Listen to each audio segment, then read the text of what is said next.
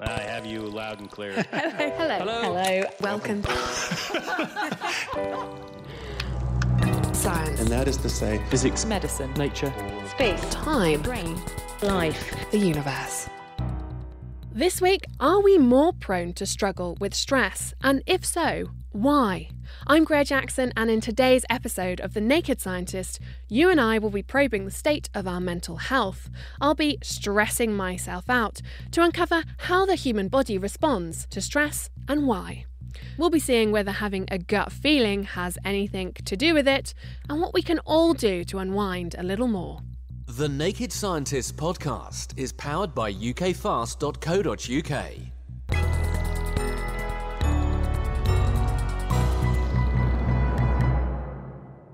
Stress. It's something we've all felt at some point in our lives. But there was an article that I read recently that really brought home how serious chronic stress can be. At the 2014 Biennial Chess Olympiad in Norway, not one but two competitors died, one during the match and the other was found dead a few hours later in his hotel room. Why? Well, they think it was all to do with the extreme stress of the game. And what's even more shocking is that this isn't an isolated experience. Back in 2000, a Latvian chess champion had a fatal heart attack during a Finnish tournament. That same year, another Latvian suffered the same fate whilst playing in Berlin. More recently, one of Australia's leading players retired abruptly from chess, saying he'd been warned by his doctors that the stress of top-level competition was causing him serious health problems. It got me thinking about what extreme stress can do to all of us if left unchecked. But on further research, this idea of stress has only been around since the 50s. So, is this why we've suddenly been seeing rising rates of stress? Well, stress has been around a long time. The concept of stress has, particularly in engineering, and then we even have courses in engineering departments throughout the world on stress because we're talking about civil engineering, mechanical engineering, and that's the construct. The construct being, pressure on material things, on physical things. Where that converted to human beings probably started with Hans Selye at the University of Montreal. He's a medic. And he started to talk about the stress on the human body. And he used a lot of the early work by Cannon, who was an engineer, saying, hey, if there can be stress on physical objects, then there can be stress, and I see stress, he says, as a clinician, on human beings. That's Cary Cooper, and Naked Scientist Connie Orbach. You sat down with him to unpick whether stress is becoming more commonplace or whether it's always been around and we're just more aware of it, right? Yeah, this guy Selye coined the term stress in humans, but actually, stress isn't a new thing. Humans have been stressed out for a long time, but it's only in the last few decades that we've had a definable construct.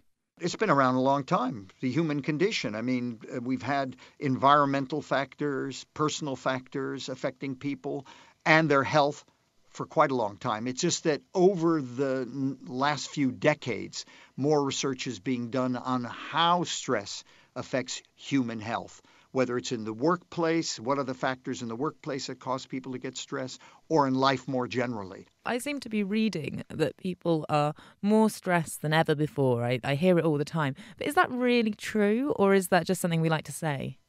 No, I think it really is true. I mean, if you just take a look at the workplace, musculoskeletal diseases was the main cause of sickness absence in the UK for decades. Now it is the common mental disorders of depression, anxiety, and stress. They are now the leading cause of sickness absence, not just in the UK workforce, by the way, but throughout the developed world. You'll see that in the EU, in EU countries, in North America. It is now the leading cause.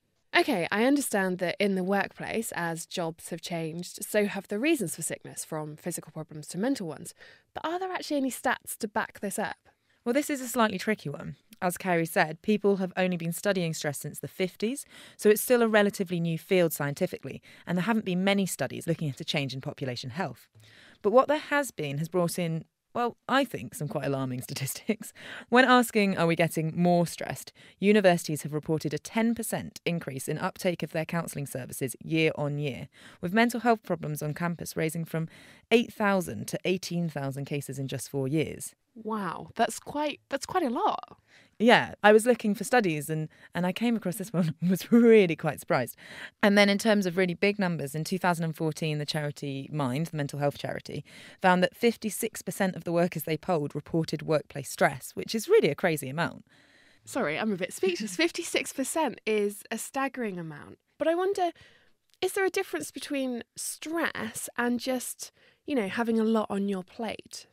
Yeah.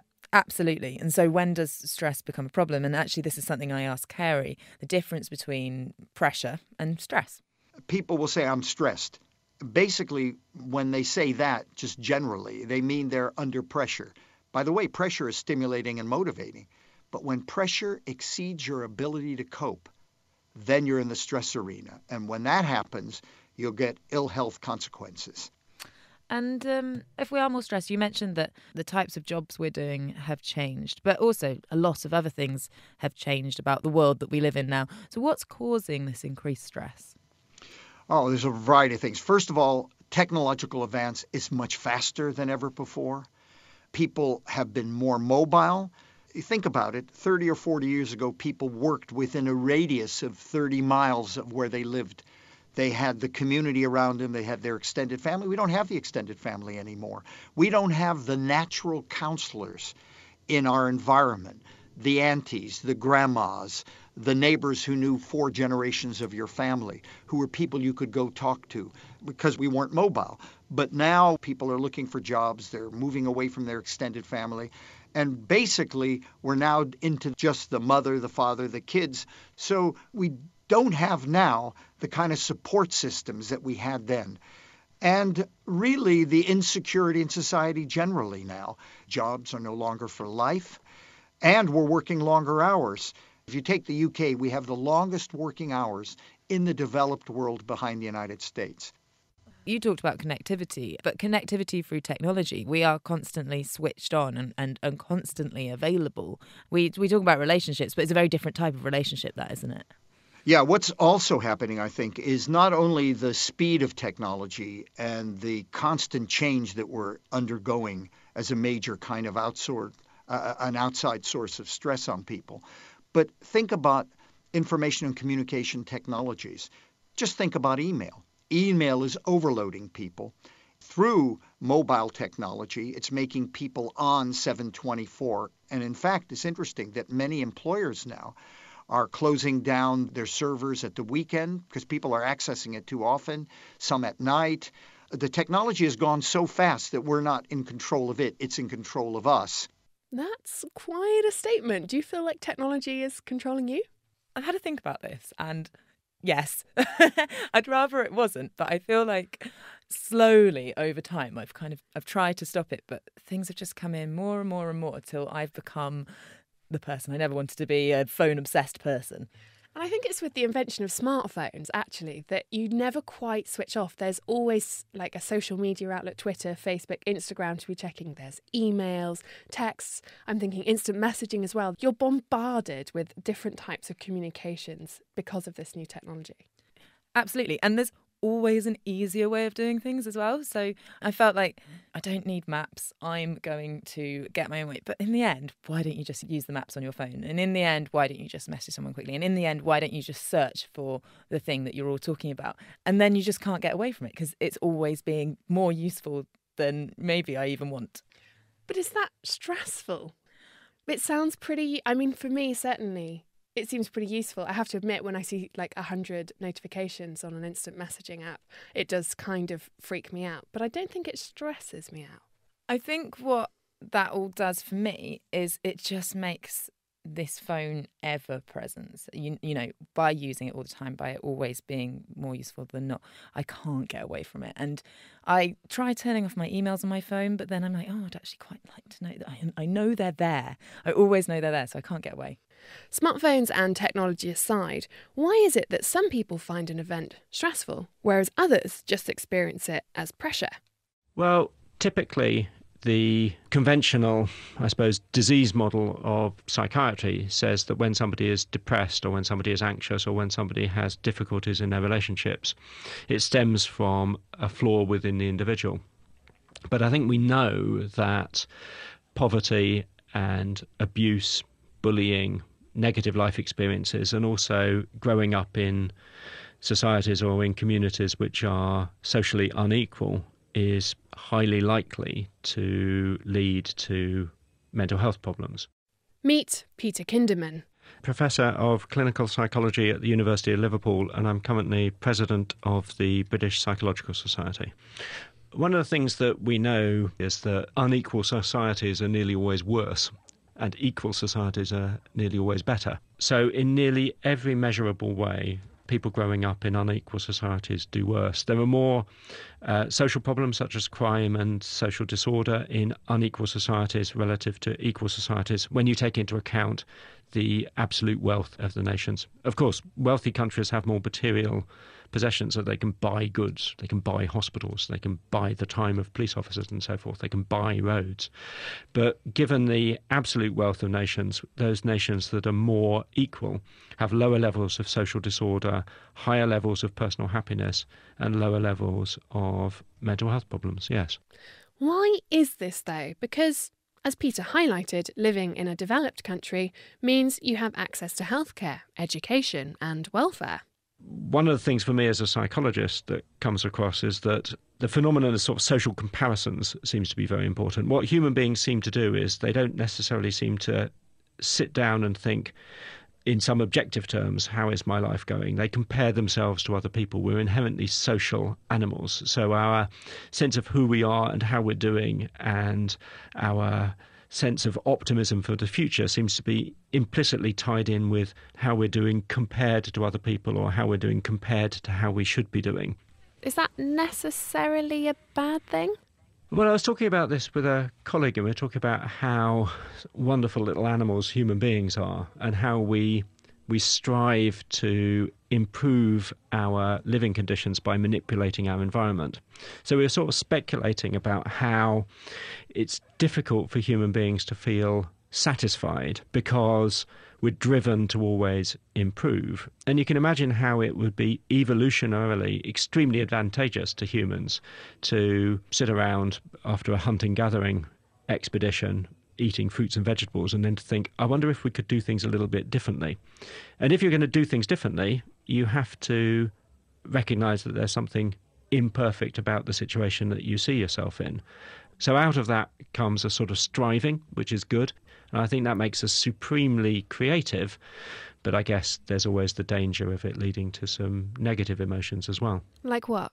There's a danger of thinking it's not right, it's not good. And I think if we do that too much, if we do that to excess, if we only spot the negatives, then I think we can become either anxious or depressed or have other sorts of psychological problems. And then you've got to think of why. And I think it's because when you grow up in straitened social circumstances, when terrible things happen to you, or when you grow up in unequal societies, it has an impact on the sense that you make of who you are, what your chances in life are, whether you are a person who can command respect and make positive changes in the world. And if you conclude quite reasonably on the basis of your experience in life that the chances that you have in life are a little bit limited, that's a profoundly depressing, profoundly disempowering experience. Peter Kinderman with me, Greer Jackson, on The Naked Scientists. What has really struck me is that the causes of stress seem to be ubiquitous. There's no one cause. It's extremely knotty and not only entangled with our daily lives, but also on the societal level too. Because of that, its effects are far-reaching, with no one clear solution. But if we really want to get to grips with what we can do to fight this feeling, I think first we need to understand what actually happens in the body when we feel stressed. And that meant I had to volunteer myself as a human guinea pig. So this is our labs for the psychology department. Hello, I'm Nina Smythe and I'm a lecturer at the University of Westminster in the psychology department. And today I'm going to be taking you through what the TRIA social stress test is. It involves you to give a public speech in front of a committee, 2 members, and you'll be asked to do a speech about a job position. So yeah, if you're happy, just sign and date it. So now I need you to collect a saliva sample. So this will give us the baseline measure of cortisol. And just cheer. Yeah, just until it's sort of wet with your saliva, you'll be able to feel it. I wish I'd drunk a bit of water now. Okay. Okay, so I'm going to take you into the other room. In the other room were two quite stern and, if I'm honest, intimidating looking people, dressed in white lab coats. The man, who I later learnt was called Frank, didn't look up when I entered the room, and the woman Angela stared down her spectacles at me. I was told there was a camera recording my every move, and to commence my speech about why I would make an excellent assistant psychologist, despite never having studied psychology. So my name is Greer Jackson, and you may be wondering why someone who has a background in radio is applying for an assistant psychologist's job. Well, first and foremost... As to be expected, it was hard. Neither made eye contact with me. They offered me no empathy, no smiles, nods of encouragement. They were completely blank. Here's Angela Clow. We showed no empathy towards your condition. We had blank faces and we were powerful people. We were sitting down, you were standing up exposed. We had our symbols of power, our white coat, and we were there to make you feel little. And I did indeed feel little and actually extremely anxious, despite knowing it was a stress test. I found myself fiddling with my necklace, wringing my hands, stuttering.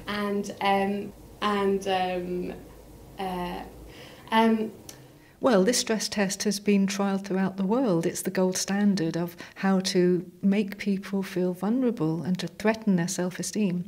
Because you're very confident, actually, in the nature of your life as a communicator, you were able to display your discomfort by being outward and energetic and laughing and trying your best. Some people find it extremely intimidating and they rather clam up and they hardly say anything. And I have to keep saying, you have time remaining, please continue. And they just look at you blankly. And to be quite honest, some people are really upset. Upset is something I can seriously relate to. But for me, the worst was yet to come. We're now going to ask you to perform a mental arithmetic task, which will last 5 minutes. Your task is to serially subtract the number 13 from a number that I will give you. Okay. If you make a mistake, I will tell you and ask you to begin from the beginning, from the start number. Okay. This, for me, was worse than the public speaking because, well, public speaking, I do this in my day job in some capacity. Maths, on the other hand, not so much. Your start number is 2083. So 2083, 2070, 2000... And after I got it wrong once, my confidence plummeted.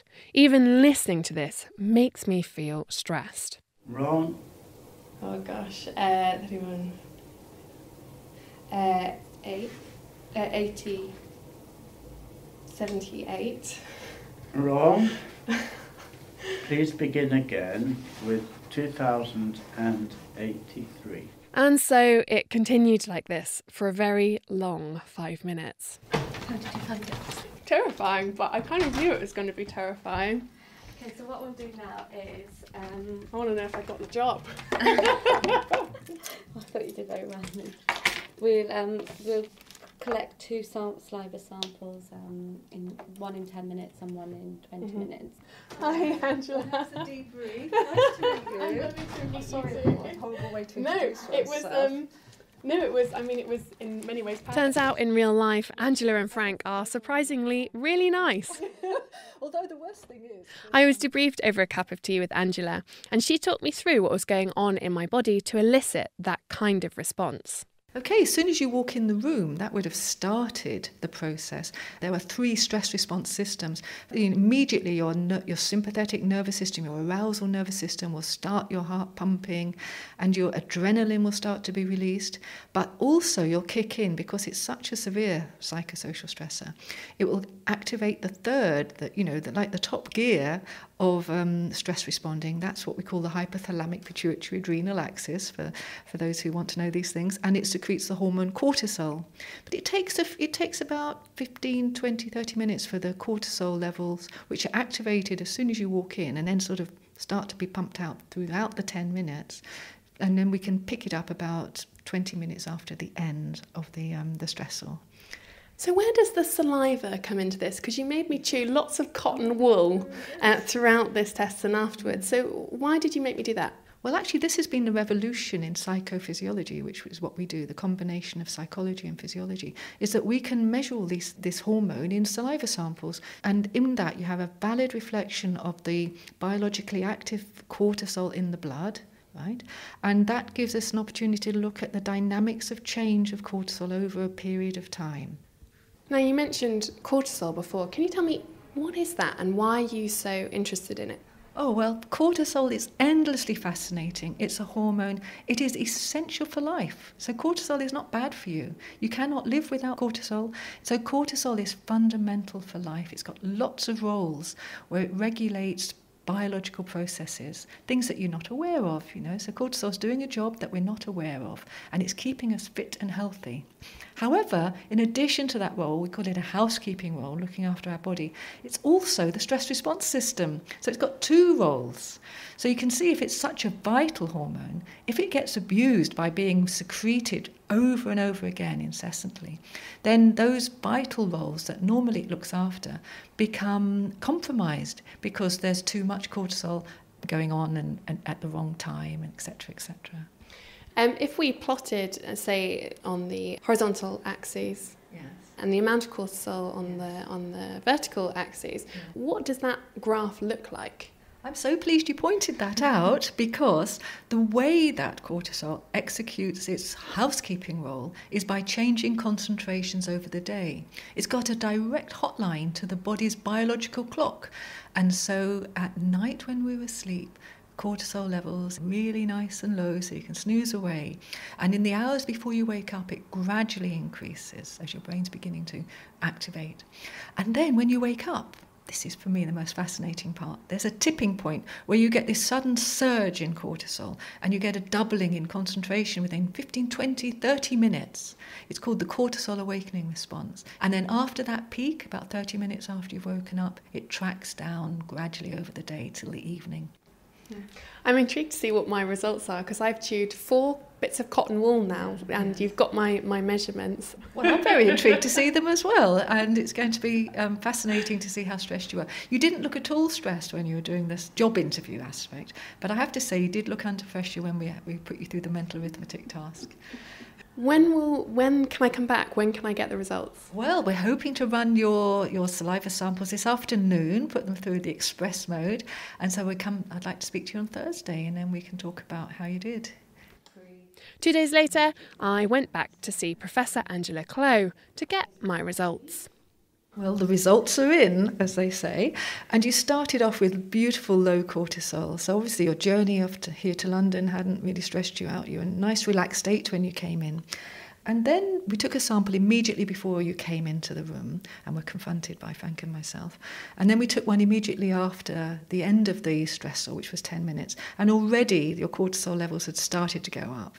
10 minutes after that, it's gone up. It's about double. And then 10 minutes after that, at the peak, you are 25% again. So we've got a change from 3 nanomoles per litre at base to 11 nanomoles per litre. So quite a substantial rise. We succeeded in stressing you. In this particular instant, we'd just see a sort of a blip up in the timeline and then slowly go back down to normal. Yeah. But I imagine if you're continually stressed, that graph becomes, very jagged with lots of bursts of cortisol. Absolutely. You've got an underlying drive for cortisol secretion across the day, which peaks in the morning and goes down over the day. And superimposed upon that, you have these stress responses, which are brought about by real-life events. And so after a period, I should emphasise that these things, people are very resilient in the short term, but if these are going on for years at a time, when you're constantly exposed to these stresses across your day, then the impact of that is it affects the regulation of your underlying pattern so that your body is less able to produce those nice dynamic changes, and you end up a flat pattern across the day. Why is that? What is the effect? Is it that your cells become resistant to cortisol, much like when people have diabetes, you become resistant to insulin? That's exactly what happens, because you become over-flooded with the hormone, and therefore the body down-regulates its ability to detect it, and therefore you become less efficient at shutting it down. What's the implications of that? First of all, your cortisol is your master hormone regulating downstream biological processes like your immune system, cardiovascular system, metabolic system. And so if that message isn't giving clear instructions about day and night to those biological processes, then they're not going to function properly. And also, there are implications for inflammation. I mentioned the immune system, but modern research is demonstrating that a lot of conditions are associated with inflammatory processes across the body.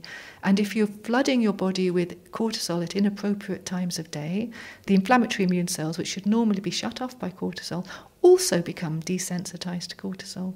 So it promotes the inflammatory process. And we know that inflammatory processes, high inflammatory processes, are associated with such a wide range of ill health conditions. For example, clinical depression is associated with inflammatory processes, as well as Alzheimer's disease and a range of cardiovascular diseases. So many things have inflammatory processes at their root, really. Yeah, absolutely. I find that kind of shocking that stress over the long term can have such physical and also huge effects on your mental health as well. Yeah, well, that's why it's so interesting to study. And depending on what your biological vulnerability is, then the chronic stress will be associated with different range of conditions. That's why there's not a single stress condition. It would be so much easier for people like me as if you just end up with a big spot on your face and you say, oh, you're suffering from stress. But it's not like that, because stress can manifest in 100 different ways. Angela Clay from the University of Westminster with me, Greer Jackson.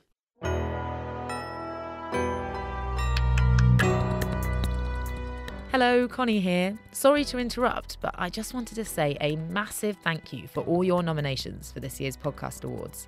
We are so excited to be named as a finalist in the Science and Medicine category, and we couldn't have done it without you. But it doesn't end there, I'm afraid, because we need you to help us win. We need you to vote for us every day from Sunday the 29th of May for the next 15 days. You're allowed to vote every day, so that's 15 votes. To vote, go to nakedscientist.com/vote. Happy voting!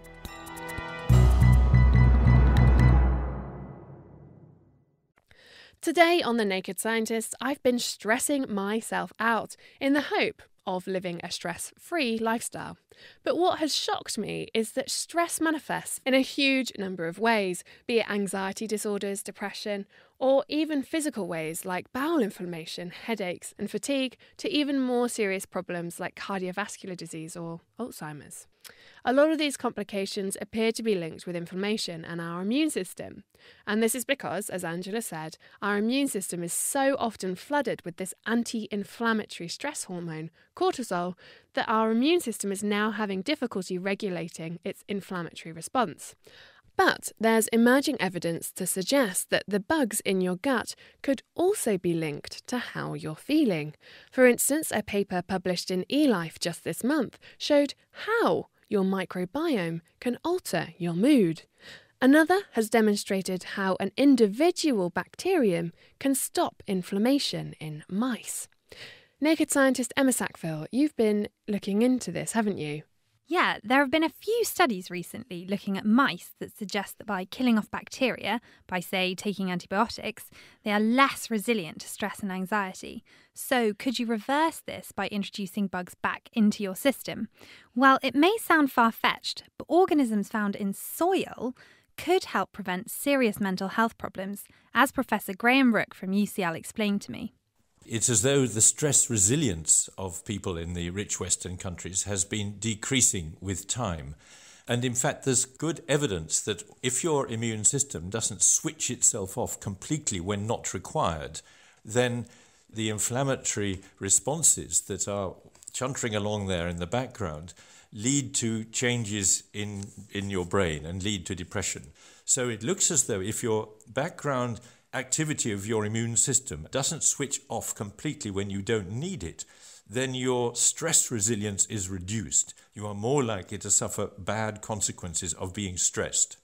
The immune system is really rather like the brain. It has to learn. It has to have the appropriate learning inputs, educational inputs put into it, especially during the first 2 or 3 years of life. Now, what we think is happening in the developed, rich countries is that the control mechanisms that switch off the immune system when it's not required are not being properly educated in the early years of life. What does he mean when he says our immune systems aren't being educated in these early years of life? I don't quite get it.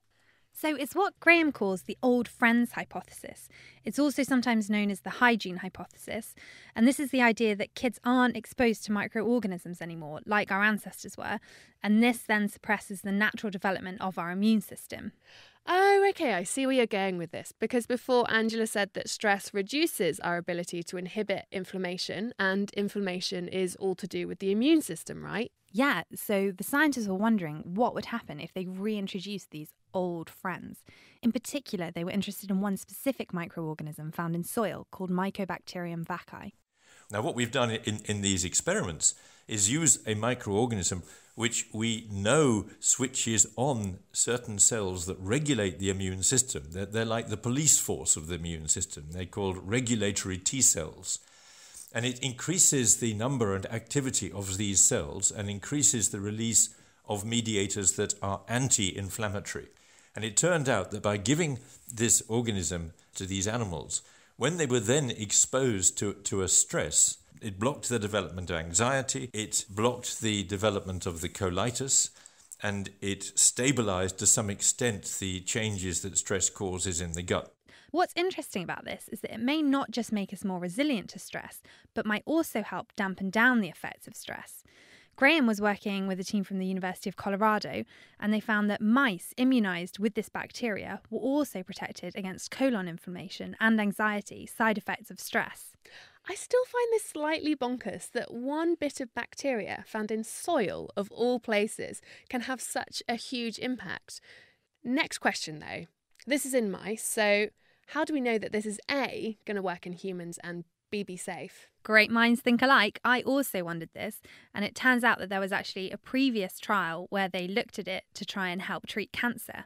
This material has indeed been used in humans before, and that was one of the reasons for using it in these animal experiments, because that should make it easier to move back to human clinical trials. The point being that it was used in a clinical trial for a condition where, in fact, it didn't help the condition that was being treated. That aspect of the trial failed. But the patients had been subjected to a quality of life questionnaire, and although this has to be regarded as very preliminary data, it did appear to be making it easier for them to put up with the stress of the condition itself. Let me guess, next step is human trials? Yep, but it's not that simple. Well, you're really looking way into the future now. I mean, since the material is available in what is called good manufacturing practice, that's to say manufactured to the regulatory level required for trial in humans, then it should be possible, with appropriate funding, to try doing some such study. Designing the ideal study is very difficult. Clinical trials are extremely difficult to do well, particularly when one's looking at an endpoint which is something a little bit nebulous, like the extent of the detrimental effects of stress. Despite the nebulous nature of stress, hopefully one day it means we may have another mechanism to treat stress and other anxiety disorders. But one thing that really struck me from the stress test with Angela was how I found myself having to suppress laughter. I have no idea why I was even laughing in the first place. As I said, I found the entire thing hugely stressful, but it got me thinking about how I deal with stressful situations. Could laughter be more than just a coping mechanism? You do, after you've been laughing, get a decrease in adrenaline levels, and also decreases in cortisol levels, which does suggest that you are more relaxed. You're feeling less stressed after you've been laughing. This is Sophie Scott from UCL, and she's done a lot of research into laughter. Laughter's more like a different way of breathing than it is anything else. So what happens when you're laughing is the intercostal muscles, which is the muscles between your ribs, start to move in large contractions, and they just squeeze air out of you. Now, normally you use those muscles to control what's called metabolic breathing. So you're doing that all the time. That keeps you alive. You use those same muscles to speak. So as soon as you start talking, you use the intercostal muscles to very finely control flow of air out through your larynx. If I keep talking without taking another breath, my intercostal muscles start to have to work really, really hard to squeeze the air out, and in the end I'll run out of air altogether. Now, as soon as you start laughing, you lose the control of the intercostal muscles that lets you breathe and lets you talk. And in fact, because one of the main jobs that you're doing with your breathing when you're speaking is actually controlling how you pass air through your larynx, so how you're making a sound in your voice box, very often the first thing you can pick up when someone's talking and starting to laugh actually is this loss of control of the pitch of the voice. And very often the pitch of the voice starts to shoot up because you're starting to squeeze air out under much higher pressures than you would ever do when you were speaking normally. So this is an example of the Radio 4 broadcaster Charlotte Green, who's introducing a piece on the Today programme about a very early discovery of recorded sound. And then she goes on to talk about somebody quite famous who's died. And in the interim, when they're listening to the example of this very early recorded sound, someone who's in the studio with her makes a joke about what it sounds like. So you'll hear what happens to her voice when she comes back trying to talk about the death of a screenwriter. American historians have discovered what they think is the earliest recording of the human voice, made on a device which scratched sound waves onto paper blackened by smoke. It was made in 1860, 17 years before Thomas Edison first demonstrated the gramophone, and featured an excerpt from a French song, Au clair de la lune.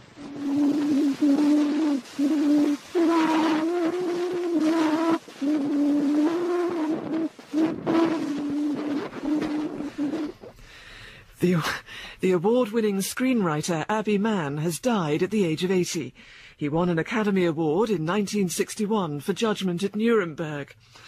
Abbie Mann also won several Emmys, including one in 1973 for a film which featured a police detective called the character on whom a long-running TV series was eventually based. It's 10 minutes past 8. Oh, that's such a great clip. It's kind of beautiful, isn't it? She's desperately trying to keep going. I think that's one of the things that's enjoyable about it. She's on live radio. She's got to keep talking. And her voice is just going everywhere. We don't really understand how that happens. There's something about the neural changes that happen when you start laughing that means it does overwhelm speaking and it overwhelms breathing. And even if you do not want to laugh aloud, you start making all these funny noises. So beyond just those contractions of those muscles, what sort of effect does that have on the rest of our body? There's an evidence for a range of changes in terms of the sort of the biochemistry of the body. So you do, after you've been laughing, immediately get a change in the body's uptaking naturally circulating endorphins. So you get a measurable change in pain threshold after you've been laughing.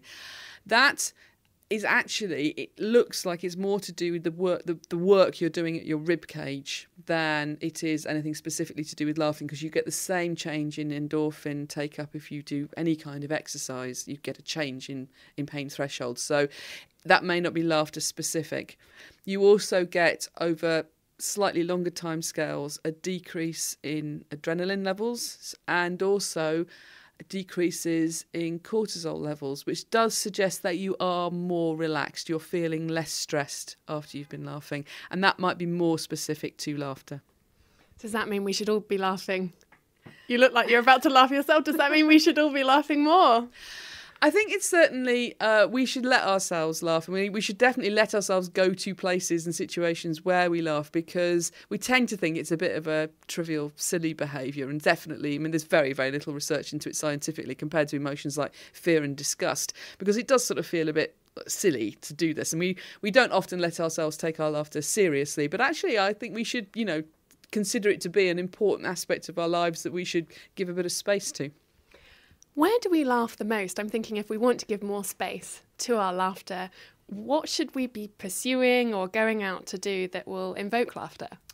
It is quite interesting because if you ask humans, and Robert Provine's shown this, if you ask human beings, adults, where do you laugh? What do you laugh at? They'll talk about jokes and humour and comedy. But actually we laugh most when we're with other people. So it's a behaviour that's primed just by other people being there. You're 30 times more likely to laugh if there's somebody else there than if you're on your own.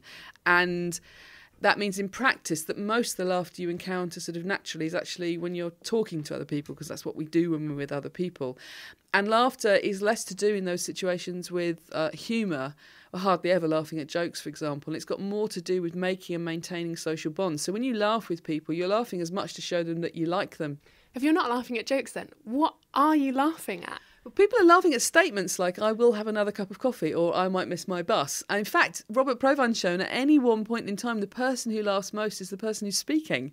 And I think in that context, it is quite interesting because there's some interesting work looking at relationships and how people deal with stress in relationships that shows couples who deal with stressful situations by using what the scientists call positive affect, but they mean stuff like laughter, not only immediately become less stressed, they're also the couples who are happier in their relationship and they stay together for longer. And these interactions, does it always have to be face-to-face? I'm thinking today people are more mobile, they're living away from their family and friends, and often that means conversations take place over instant messages or texts. Do you evoke the same laughter, or is it a different thing altogether? Well, there is some evidence that you get most laughter and people talk for longer and are happier after conversations that are face-to-face, so you can see and hear the person more than if you can only hear them, so you're on the phone. And that's even more, again, than if you've just got words, so you've just got text, emails, SMS, that kind of thing. So it does suggest that the more social information you have, the more you will laugh, the happier you're going to feel, the longer you're going to talk for. And you can see people trying to put laughter back in. In a lot of text-based mediums, people try all sorts of ways of, writing lol or using smiley faces or emoticons or anything that will kind of try and suggest, I'm giving you laughter, there's laughter going on. We try and put it back there, but it's never quite the same. My favourite of those has always been ruffle, which is roll on floor laughing. But I don't think I've ever ruffled after a text. And you see people trying to, elaborate on that, like rufflecopter or, just anything to try and kind of indicate the severity of this. But as you say, you're writing it, you're actually not necessarily doing it. I wonder, because in today's society we are increasingly mobile, and I'm thinking of with the use of smartphones and instant messaging, it means we have much less of that interaction. Are we laughing less, do you think? I don't know if we are laughing less. We still seem to find a lot of situations where we will be putting ourselves with other people.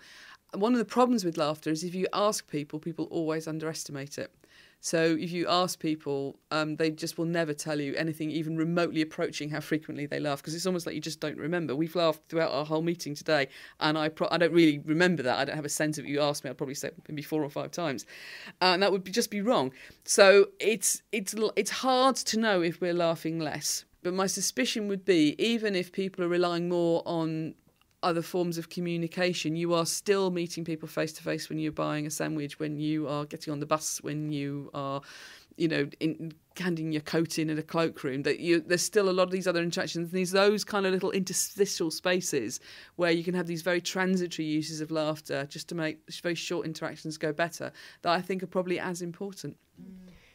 You say we've been laughing throughout that interview. Actually, I realised when I was editing back some of my very early stuff that I used to a few years ago, I laugh all the time. And now I've developed this silent laughter where I just throw back my head and go, just to encourage people to, to laugh and continue on. It's just... And it's a very good technique. So there's work from Robin Dunbar's lab showing that if you can get people laughing, they will tell you more.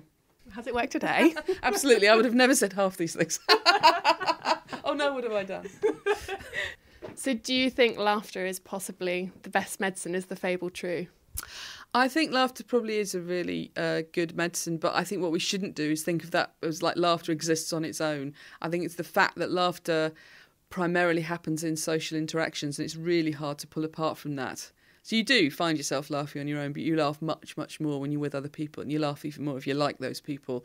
So actually, it's like the laughter is an index of all this other social stuff that's going on, and it's very hard to pull apart what's actually contributing to the benefits of the laughter in that context, because actually the whole thing could be good for you. Today on The Naked Scientists, we've been looking at stress, and although it seems a little inconclusive at this early stage, it does appear that all the situations that lead us to laughter in the first place could counteract some of the effects of stress. However, if we turn back to some of the reasons why we get stressed, inequality, lack of community and social interaction, or poor working conditions, it feels as though we need to be doing something more than coping, but changing how we deal with stressful situations in the first place. Could it be that we learn to perceive these situations in a different way? And if so, could you then reverse the effects of stress? Turns out the answer is yes. Leading psychologist and therapist Peter Kinderman again. You can learn to react in a more helpful way. And like everything, if I'm playing tennis, which I'm rubbish at, and somebody serves me a ball and I hit it back very, very poorly, I don't think I've chosen to be inept at playing tennis. I need to be trained. I need to learn. I need to practice. And with practice, with the help of a coach, I'll be better at returning the ball. And when people are stressed, when people are depressed, when people are anxious, with help, they can learn to deal with those circumstances in many cases in a more helpful way. This is sometimes known as CBT, or Cognitive Behavioural Therapy, and Peter has designed an app called Catch It that helps you think about the way you feel and modify your mood. Although Peter does stress that this isn't a replacement for therapy. The big picture here, though, is the one that Peter painted earlier, how we need to shift on a societal level in how we approach mental health care in the first place. I have to say, sort of speaking in the office of the president of the British Psychological Society, I think we collectively need to campaign for a better society. One of the things that I do is that I'm involved in what could broadly be termed the happiness agenda, looking at well-being as a target for government activity. So the idea there from many Nobel Prize winning economists is that as well as boosting the nation's wealth, what we should be doing, the aim of government, is to take those policy decisions that improve the well-being of citizens. And I think that for us as a society, we could all collectively do with taking policy decisions and therefore for individuals voting for those circumstances that would make life better. We should be choosing policies that make our living conditions better rather than choosing policies that merely make us wealthier. Now, that's a long way away from taking an individual who is going to their GP and asking for help. But I think it is important to remember that the circumstances in which we live collectively are the product of human decision-making, and we need to remember that. I think there are things that you can do with support, with help. I think that, for instance, with trade union help, with the help of colleagues, I think that people can take individual and collective action to improve their working conditions. I think we've just seen the junior doctors, for instance, taking action in standing up against government proposals to change their working practices. I think it's very difficult for some individuals working in some companies or living in some marriages to themselves just take actions to improve things. But working collectively, we can do things. And I think I would like, especially in this context, to just emphasise the fact that people are not necessarily as powerless as they sometimes feel. I.e., we need to see mental health problems less on an individual basis because it ignores the wider issues of why we get stressed in the first place. For me, I think it's an incorrect analysis situation to say that the problem lies within yourself. So I think to say that you are experiencing very stressful circumstances and that you are responding to those circumstances in a way which may or may not be helpful, that's okay. But to say you have an illness or you have a disorder, I think does a number of things. It implies that what's happening to you is abnormal in some way, and I think that that's in the very least questionable for most people. Most people are responding perfectly normally to very difficult situations. So to label it as a disorder or an illness, I think, is a mistake. To locate it within the individual is a mistake because I think that normally people are stressed by external circumstances, as I've said. I think to then suggest that that's in some way indicative of a chemical imbalance or some sort of abnormality of the brain, I think is very dubious and worrying. I think there's very little evidence for that in the vast majority of cases. And although medication can sometimes be helpful for people, I think we know of lots of psychoactive drugs that people take, nicotine, alcohol, street drugs, caffeine. These all affect how we feel and how we behave and how we think. But I don't think we put those forward as cures for disorders. It seems that to live a stress-free life, we need to change a lot, not just on a personal level, but as a society too. To me, this feels like a big ask, but as I found out, not entirely out of the question. So I'd read the statistic that Danes are the happiest people in the world, and although they occasionally get knocked off the perch, they have been at the top of the happiness polls in studies going back to the 1970s. That's Helen Russell. I'm a British journalist and the author of The Year of Living Danishly. Back in 2013, Helen packed her bags and went to live in Denmark to see if she could find out why the Danes are so happy. And you might be surprised that good interior design, carpets, curtains and coffee tables were a governmental priority at one stage. Yeah, I mean, the first thing I really came across was arriving in a new country with nowhere to live. We were obviously house hunting straight away. And before I'd even begun my research, every home I went into just looked very different to any home I've ever been into in the UK. Everyone's home looks like something out of a weekend living supplement with sort of little designer touches, lots of natural fabrics and lots of Danish design and very clean lines, quite simple and functional. And I started researching into this first of all and learnt that Denmark's often described as a design society, but this was something that was mandated by the government in the 1920s when there were huge social and economic challenges, but the government at the time decided that design was important and that it should be a priority because it made people feel better. And they were right, but about 90 years ahead of their time, because research from University of London found that looking at something beautiful releases the same brain activity as being in love and stimulates dopamine.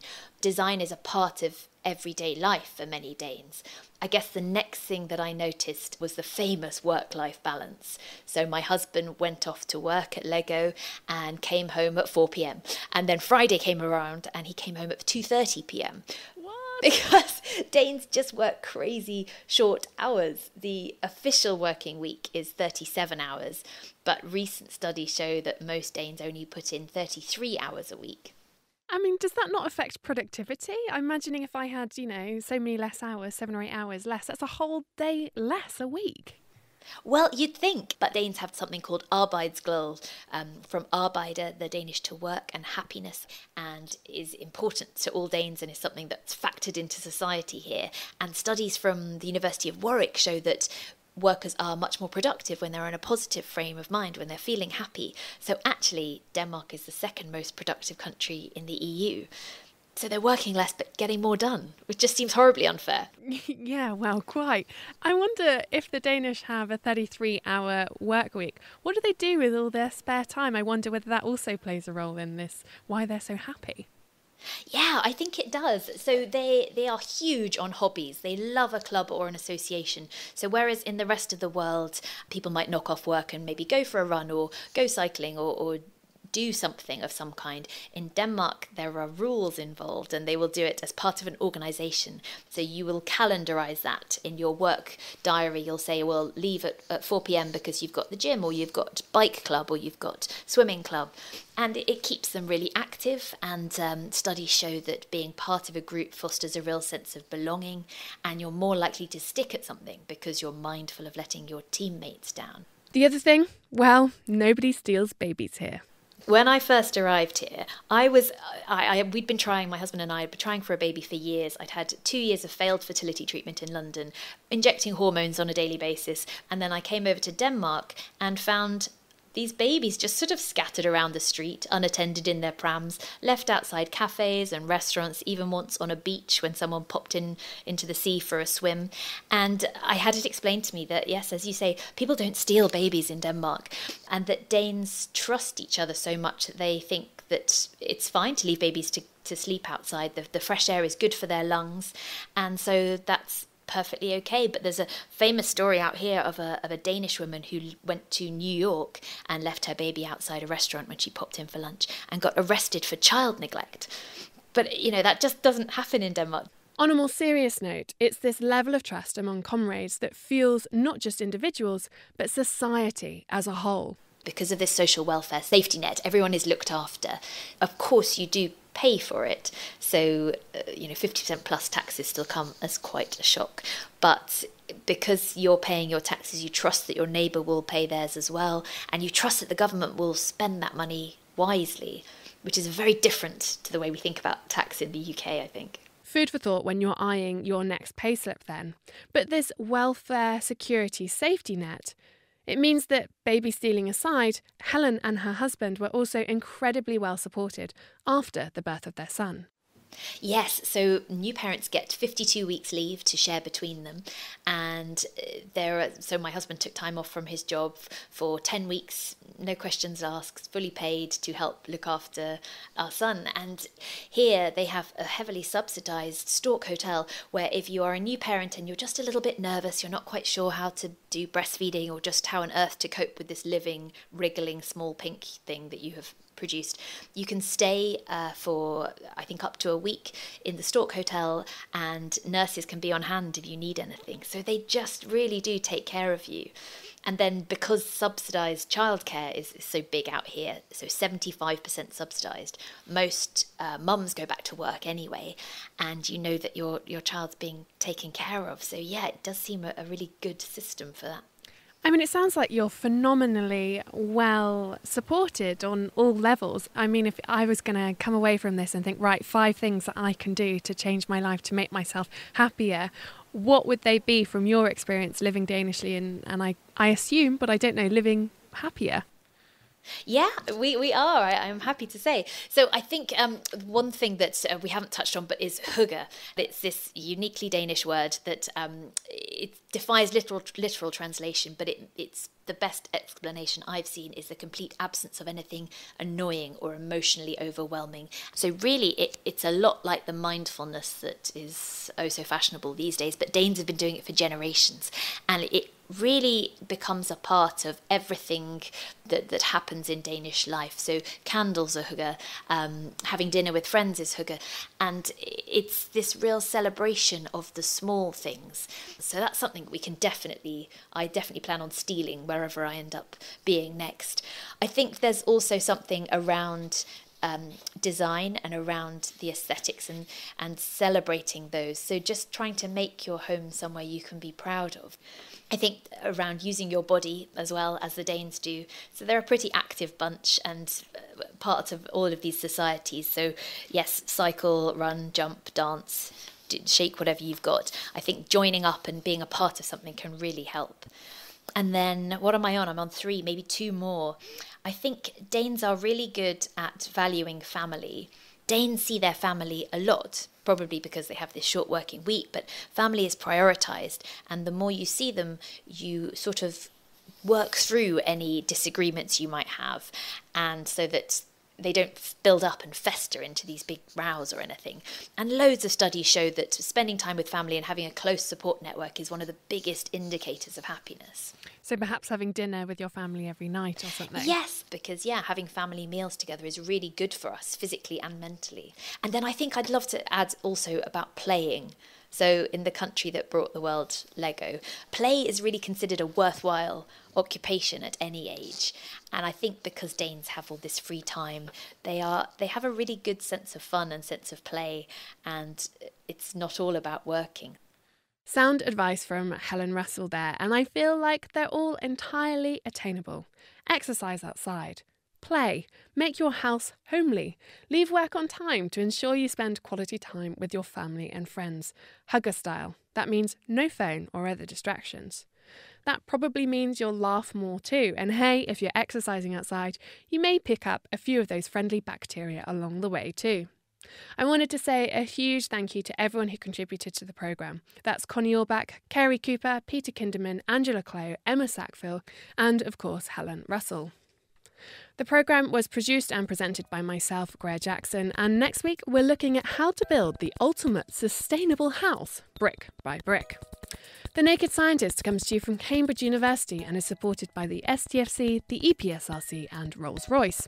I'm Greer Jackson, and until next week, goodbye from me and the rest of the Naked Scientist team.